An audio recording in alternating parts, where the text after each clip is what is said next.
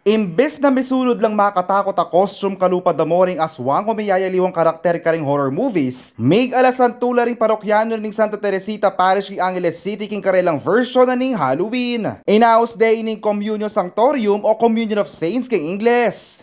Kasi marakal na mag-appeal king social media na tukon na nga na itang mapag-portray ka rin makatakot, karetang king mad-demonyo.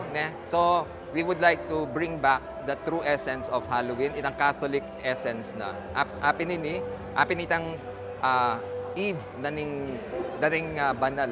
Kaya mas-celebrate in Halloween, October 31. Agpangkeng kura paroko daling Santa Teresita Parish ay Father Jonathan Bartolome. Naging tradisyon na nainiki parokya ng Noco niya Benedictino. Makasahop niya kasi kanuing Communion Sanctorium bamididinan lang kay baluan tungkol kaning karakter ng Biblia ring sa salpantaya.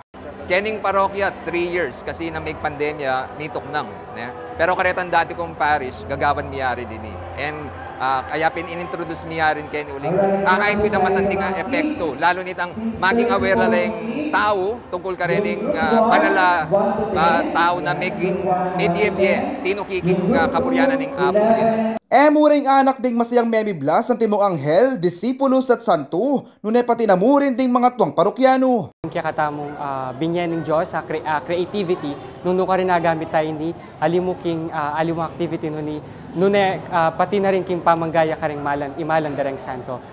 Manyaman po king feeling uling maliban po king pag-celebran tayo in biya dareng banal, gaya akwata la rin po rin karelang ugali nung pakanalo la kinabiya kening yato. Megsilbiya naman kanong pamiyabe-yabe da rin parokyano king Santa Teresita, aktibidad bang lakwas lang magkikilala?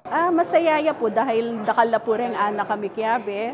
Makanyan mo rin po din CPC officers, PPC officers, mikiyabe la rin po. May kisalimuhala, may join la para po apasayaya po yung okasyon na ini. Kaya abay Johnny Coronel, yakin kaya kayong talasui JM De Jesus, ating pusong makabalen.